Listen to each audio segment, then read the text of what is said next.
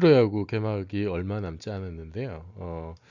야구 좋아하시는 분들은 아마 이분이 누군지 알 것도 같은데, 미국 메이저리그에서 굉장히 유명하신 분입니다.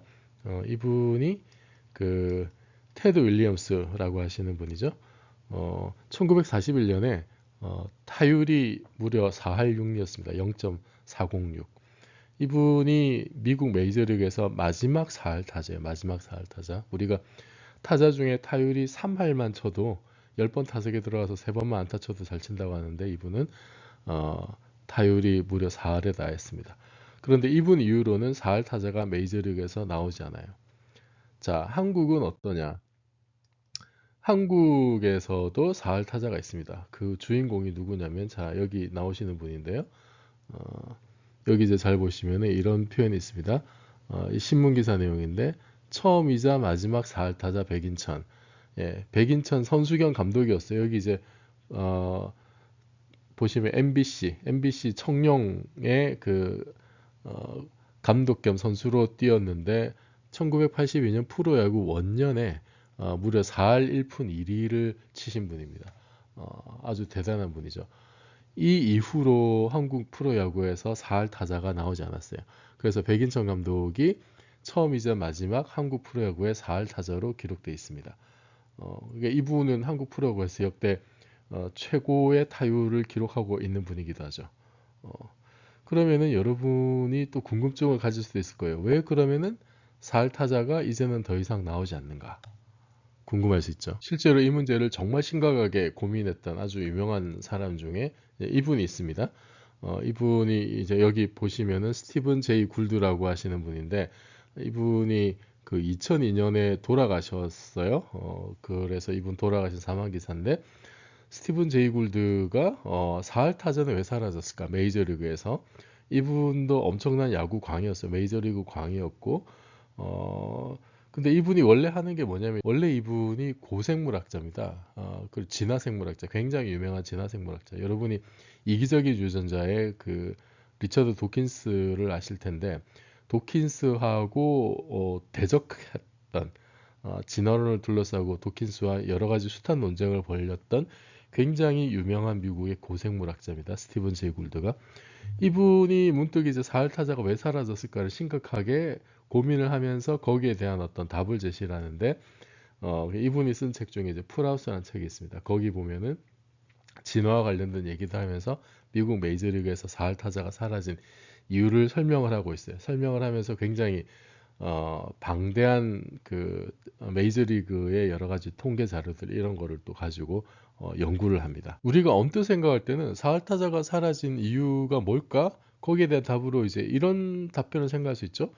투수와 수비수들 역량이 그만큼 향상되었기 때문이 아니냐.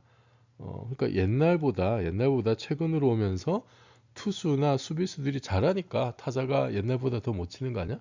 초창기에는 뭐 다들 이제 실력이 좀 고만고만하니까 백인천 감독 같은 분들이 펄펄 날아다녔고, 뭐 근데 이후로는 이제 투수도 잘하고 수비도 잘해서 그렇게 4할까지 칠 수 있는 타자가 많이 없어진 거 아닌가, 이렇게 생각할 수 있습니다. 그죠? 이것이 하나 설명의 방식이긴 합니다. 그런데 이 질문에는 또 이런 답도 가능해요.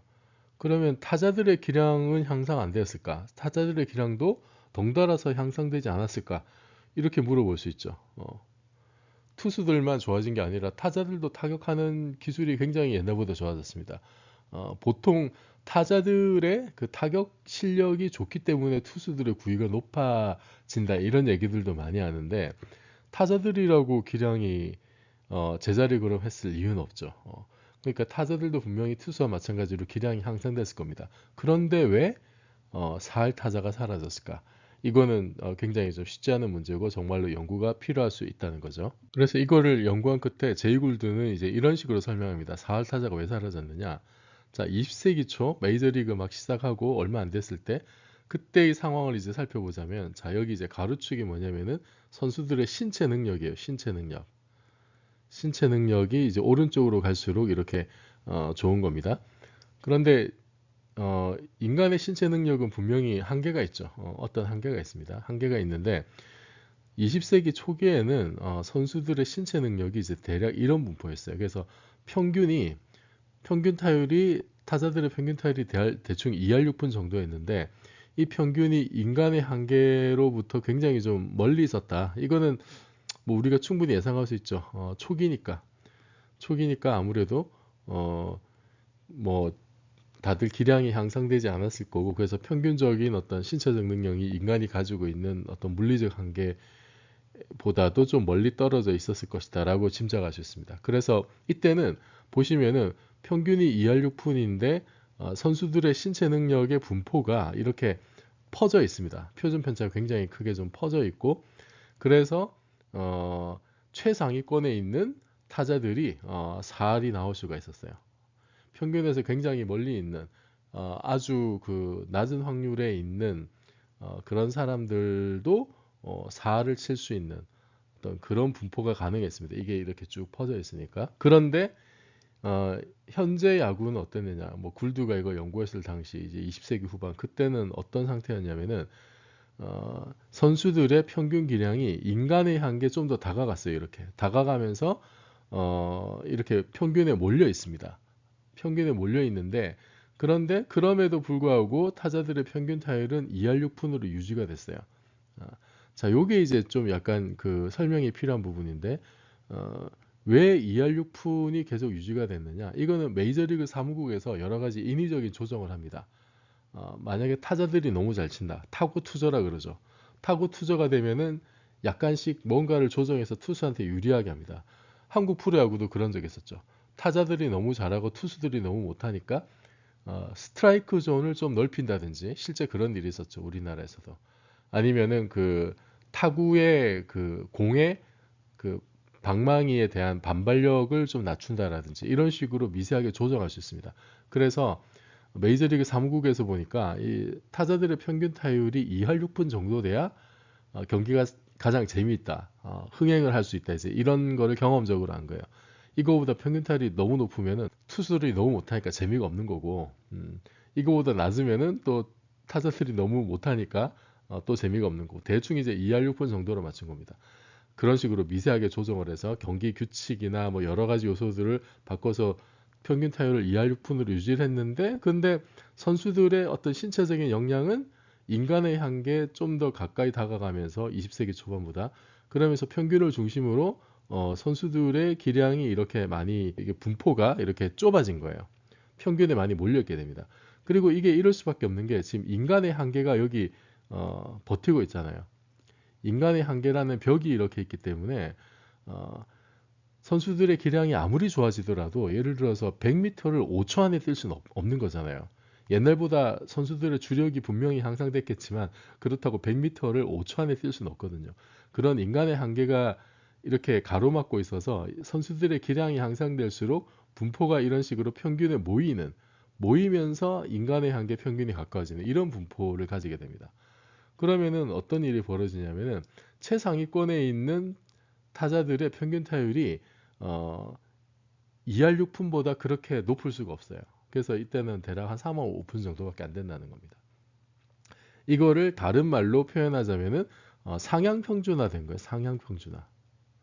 어, 그러니까 이거는 상향 평준화 됐다는 거는 우리가 어, 그냥 직관적으로 이해할 수 있는 거죠. 옛날보다 선수들 투수도 타자도 모두 기량이 향상됐다. 이거는 우리가 직관적으로 이해할 수 있는 건데, 스티븐 제이 굴드는 실제로 그 메이저리그 선수들이 투수 타자 불문하고 모두들 다 기량이 좋아졌다라는 것을 방대한 데이터를 가지고 이제 분석을 합니다. 상향 평준화 됐는데 이게 인간의 신체적인 한계가 있기 때문에 여기서 상향 평준화되면서 어떤 일이 벌어졌냐면은 변이가 감소해요. 변이. 평균에서 이렇게 굉장히 멀리 떨어진 변이들이 있을 수 있는 그런 구간이 이제 확 줄어드는 겁니다. 그러니까 4할 타자가 못 나오는 거죠. 어, 굉장히 설득력 있는 설명이죠. 상향 평준화에 의해서 변이가 감소했다. 인간의 한계가 벽으로 가로막고 있기 때문에, 그래서 4할 타자가 나오지 않았다라고 굴드가 4할 타자가 사라진 이유를 이렇게 설명을 했습니다. 이걸 좀 다르게 설명하는 방법은 이런 게 있어요. 과학고 학생들 중에 구구단의 4할 타자가 있을까? 이거는 힘들겠죠. 과학고 학생들이면 수학을 가장 잘하는 학생들인데 그 학생들에게 구구단을 누가 잘하느냐, 그 구구단을 잘하는 4할 타자를 따지는 게 의미가 없습니다. 너무 상향 평준화되어 있기 때문에 구구단에 대해서는. 초등학생은 다르죠. 초등학생은 구구단의 4할 타자를 따지는 게 의미가 있지만 과학고 학생들에게는 구구단의 4할 타자를 따지는 게 의미가 없습니다. 4할 타자 나올 수가 없어요. 상향 평준화에 의해서 변이가 감소되어 있기 때문에 이건 불가능합니다. 굴드가 4할 타자가 사라진 이유를 이런 식으로 설명한 게 결국은 진화와 관련된 자신의 생각을 펼치기 위해서였는데요. 우리가 흔히 진화라고 하면은 어떻게 생각하냐면은 뭔가 좀 생명체가 발전한다, 진보한다 이런 식으로 생각을 하는데 굴드는 다르게 생각했어요.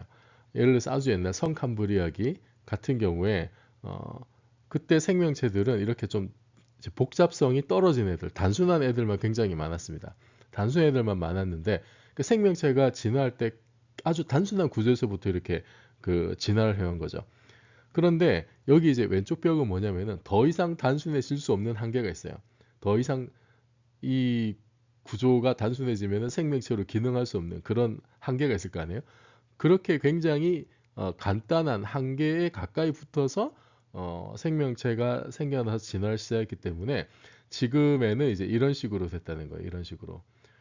그래서 여기 보면 이제 공룡이나 사람같이 굉장히 복잡한 애들도 생겨나게 됐는데 결국 그래서 굴드가 얘기하는 진화의 본질은 뭐냐면은 다양성의 증가예요. 다양성의 증가.